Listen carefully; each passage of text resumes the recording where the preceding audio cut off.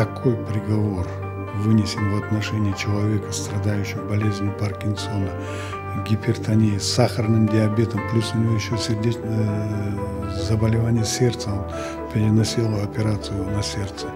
Это фактически это смертный приговор.